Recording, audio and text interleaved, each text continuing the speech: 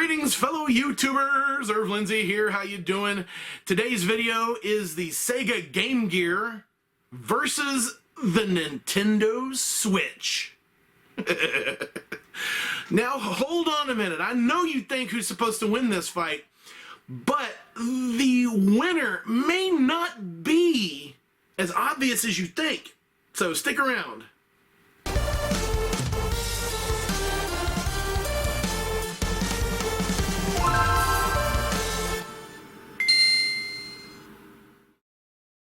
So let's talk about this competition we're about to do between the Game Gear and the Nintendo Switch. We're going to judge the Game Gear based on the era in which it was released. So launch day, North America, April 1992. The Game Gear was cool, it was sleek, it was large and easy to hold for people with larger hands like me. I have a huge hand. And the little teeny tiny Game Boy was kind of hard on the knuckles. Your knuckles would knock around in the back and hit each other when you're trying to play it. It would cramp your hand. The Game Gear is nice and big and wide and easy to hold, more ergonomic. It's very curvy. And it has that wonderful color backlit screen, which, if we judge it by 21st century standards, it's a suck-ass little screen. All right? However, at the time, it was really cool because you could play it in the dark. The Switch has the obvious unfair advantage of being modern and modern internet, streaming, on-demand gaming, downloads, you name it. However, if you look at the most popular method to watch video in the era in which both of these machines were released, today, the most popular way by far to consume video content is by streaming, and the most popular streaming service by subscription numbers is still, as of this recording of this video, Netflix. Guess what? There's no Netflix on the Switch. Wah, wah, wah, wah. So that's a clear loss, because if you look at the day in which the Game Gear was released, the most popular way to watch TV and movies was on a home television screen. And guess what? That's right, the Game Gear had this nifty little thing called a TV tuner. And you could just extend the little antenna, and you could pick up a signal, and you could watch TV. Now, it also had, now this is really cool, and once again, a point in the Game Gear column, it had this little input hole on the side where you could plug in a video audio input cable. You can't do that on the Switch, can ya? All right, now let's talk about battery life. Yeah, neither one of these machines have great battery life. The Switch, if you play it in offline mode in your car, you can get a few hours out of it maybe, but it's the same thing with the Game Gear. See, the Game Gear had this fluorescent backlight, and it was a high voltage backlight, and it took 6 AA batteries to power that sucker. And now we're talking about the original, not a modded Game Gear. I have a modded Game Gear. That's what you're looking at on screen here. And it's been converted to an LED backlight. It has 2 to 3 times more battery life than the original. However, the original only lasted about 3 hours. So neither one of these machines have great battery life. However, if you wanted to change the batteries in your Game Gear, you just turned it over, popped open the door, and replace your batteries. Yeah, good luck with the Switch. You have to tear into the guts of it, get down to the motherboard. Yeah, I'm not comfortable with that. I know some of you might be, but yeah, that's a definite disadvantage. So I'm not sure anybody really wins in a battery life competition, but at least the Game Gear was easy to replace batteries in. The original Nintendo Switch comes with a disadvantage of having a 14-year-old son. Yeah, he just wants to come up here and grab my Switch, so obvious disadvantage for the Nintendo Switch. You don't want my Game Gear, do you? See, you just, however, if I offer you my Switch, you go, oh yeah. So see, the Game Gear is child-proof. I kind of do want the Game Gear. Go, you just saying that because I told you couldn't have it. I don't want the Game Gear.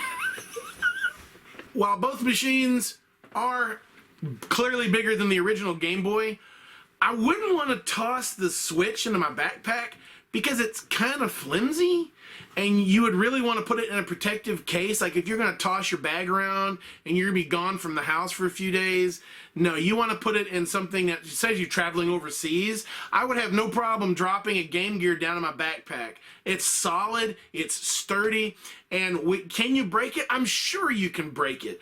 Yeah, I'm sure you can spill syrup on it or something. But as far as dropping it down in a bag unprotected, the Game Gear wins that one. That's not really a big point, but when it comes to traveling and when it comes to needing to protect it, the Switch is very thin and flimsy.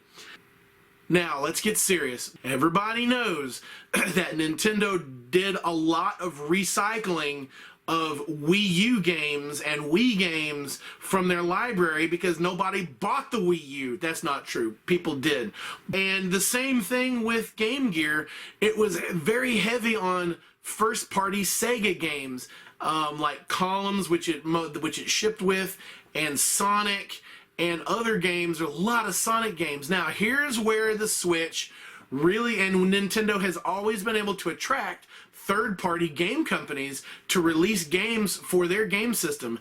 And with the unfair advantage of modern internet and downloads, we have lots of independent game companies releasing games for the Nintendo Switch, whereas the Game Gear didn't have that.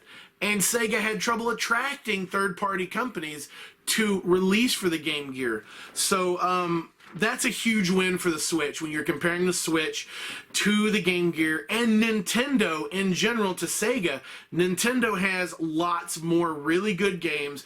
They attracted more third-party game companies just like the original Game Boy did.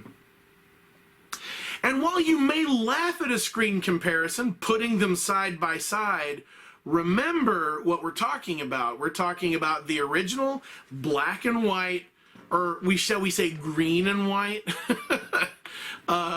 Game Boy screen compared to this backlit color display that you could watch television on. I mean, there's no comparison. This was really good technology for its day. The Game Gear was really great. Is there anything mind-blowing about the Nintendo Switch's screen?